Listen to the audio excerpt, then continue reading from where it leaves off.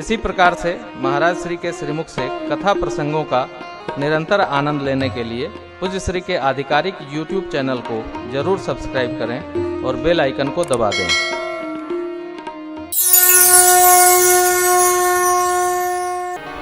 मनु जी महाराज विचार करते हैं, कहीं प्रभु चल हर्ष विवश तन दशा अस्तु पदे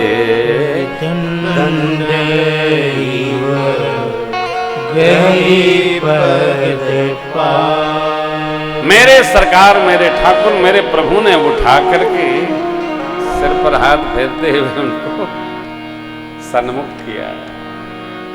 परे दंड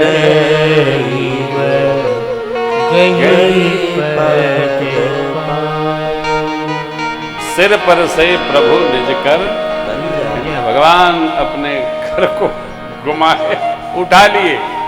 राजन इधर आइए, आपने दर्शन चाहा, हम आ गए।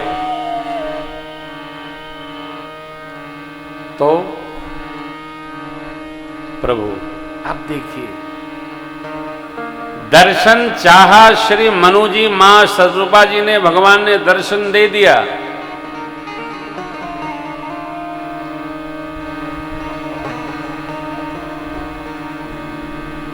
विदा लेते? नहीं नहीं नहीं नहीं, विदा नहीं। श्रेष्ठ का श्रेष्ठत्व यही है कि किसी के पास हम आए हैं तो कुछ कर जाए। भगवान करुणा भी करते हैं तो जीव को सब प्रकार से, भाव से, भजन से, सत्कर्म से और जो भी संसार की आवश्यकता है प्रभु भर देते। हमने उसका हिसाब कभी नहीं बनाया। हमको उस आदमी से चिढ़ होती है जो ये कहता है महाराज हम बड़े गरीब हैं। हमारे अंदर से निकलता भगवान कर ऐसे बने रहो। क्यों? गरीबी से जो निकल के आ गया है, अमीर हो गया, फिर भी यदि वो मानसिक गरीब है तो उसका गरीब रहना ही ठीक है। ऐश्वर्य में भी जो जी रहा है वो कह रहा हम बड़े गरीब हैं। भगवान करे बने रहो। भगवान को भी ये वाक्य अच्छा नहीं लगता है। भगवान ने तुझे सब प्रकार से जब संपन्न कर दिया है, अरे फिर भी गरीब बने हो, इसका अर्थ ये हुआ तुम अमीर बनने के अधिकारी नहीं हो। ध्यान रखिएगा, वस्तु के रहने न रहने से अमीरी गरीबी का कोई अंतर नहीं पड़ता। इसका संबंध मन से है, कौन अमीर है और कौन गरीब है। एक किसान गया राजा अकबर के यहाँ, उन्होंने पानी पिलाया था अकबर को। कभी वहां गए, बताते हैं, कभी जरूरत हुआ ना, बिटिया की शादी थी, चले गए। तो वो पूछता गया, हमारा मित्र बना था, पानी पिलाया था उनको, अकबरा अकबरा बोलते चले गए। गया तो दरबार में बताया यहाँ अकबरा रहता है क्या? अरे क्या बोलता है तो? बाबा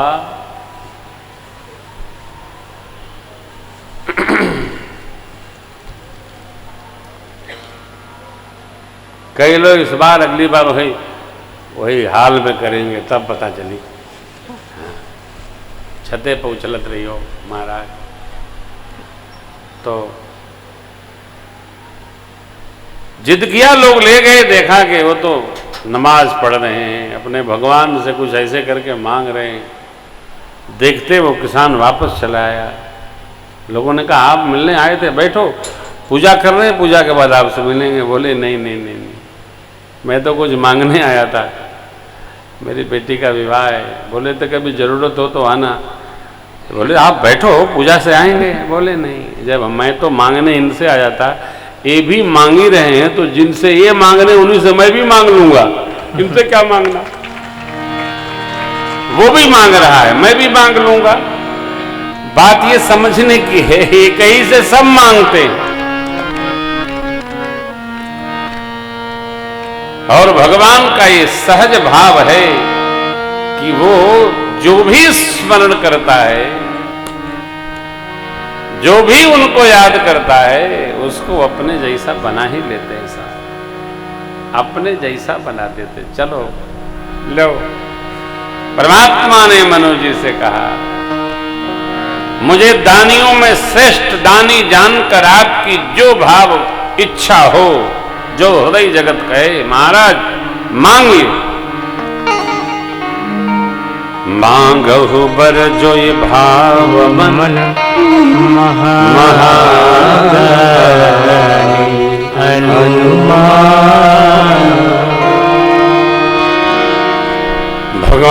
भगवान से क्या मांगे? मनु जी महाराज कहते हैं, हे नाथ, आपके श्री चरण कमल हमने दर्शन पाए और श्री चरण कमलों के दर्शन पाकर हमारी जो भाव भूमि थी सब पूर्ण हो गई। अब हमें कुछ नहीं कामना है, कोई भावना नहीं, पूरी हुई। अब भगवान से क्या छिपाएंगे हम आप?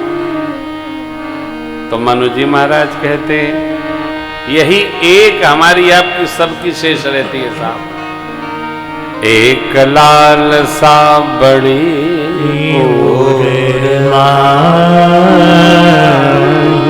सुगम अगम कही सुना।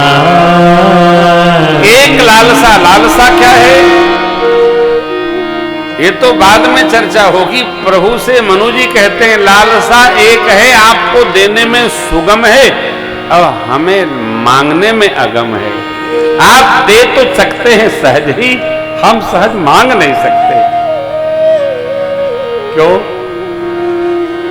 देखिए, वो तो जगत के स्वामी हैं, जगदीश हैं, कुछ भी कर सकते हैं, राई पर्वत कुछ भी। ये जीव है ना, इसकी मांगने की भी एक सीमा है, कितना मांगे। और एक मांग नहीं है, एक पूरी होती दूसरी खड़ा कर देता है।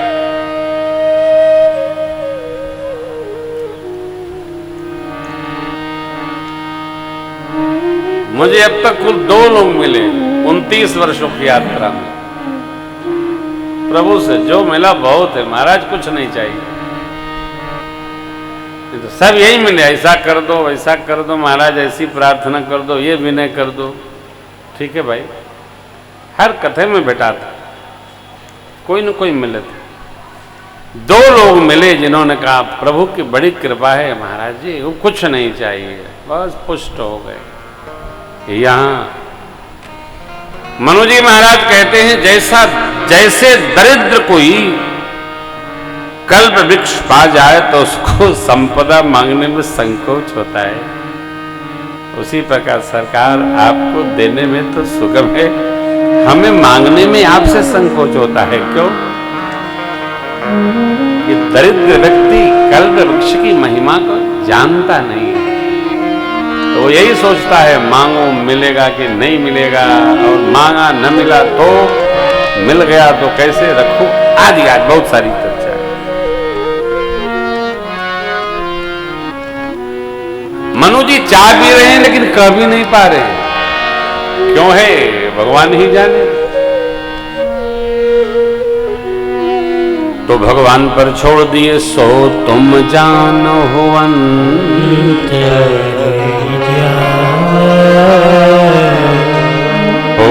बहु मोर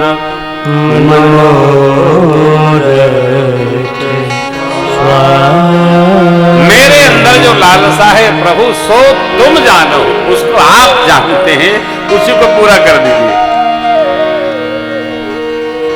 देखिए, भगवान में जिस दिन हमने अपने भाव को बिठा लिया, उतार लिया, समझ में आ गया, अवस्थित हो लिए, जगत के किसी सामग्री की मांगने की इच्छा नहीं करेगी। भगवान से भगवान के अलावा कुछ मांगने का मन नहीं करेगा। संसार इसलिए मांगते हैं हम कि हमारी भगवान में अवस्था सिद्ध नहीं है। भगवान में हमारी रमता नहीं है, हम रमे नहीं। जो रम गया वो जगत का सामान नहीं मांगेगा। परमात्मा किरिय मनु जी ने कहा, तो मनु जी महाराज से प्रभु कहते हैं, सकुच बिहार नृप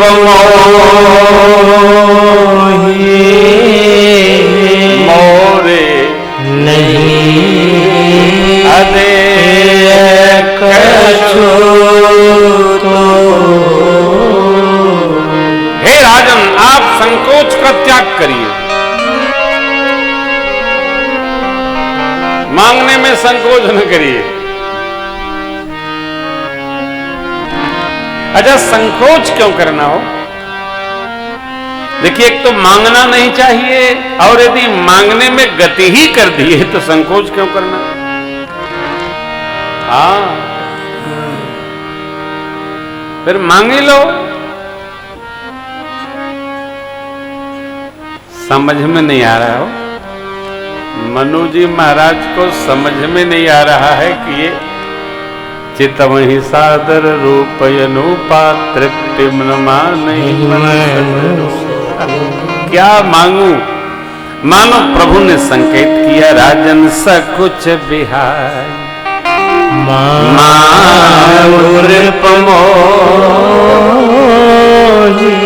राजन, यदि आपको मांगना ही है और आप मेरे में ही अवस्थित हो गए हैं तो आप मुझे भी मांग सकते हो, कुछ भी मांग लो। इतना स्वतंत्र किसी को न करिएगा, न जीव न जाने कहां मांग बैठे। भगवान ने मनु जी को स्वतंत्र कर दिया। मांगो नृप एक अर्थ हुआ, मुझसे मांग लो, संकोच छोड़कर मुझसे जो इच्छा हो मांगिए, अथवा तो मुझे भी मांग लीजिए। तो भगत को भगवान से अधिक क्या चाहिए? मनु जी महाराज समझे कि भगवान कह रहे हैं मुझे भी मांग सकते हो। अस्तु हाथ जोड़कर बोले, दान शिरोमणि कृपा निधि नाथ सती चाहूं तुम ही समान सुत प्रभु सन कवन दूरा।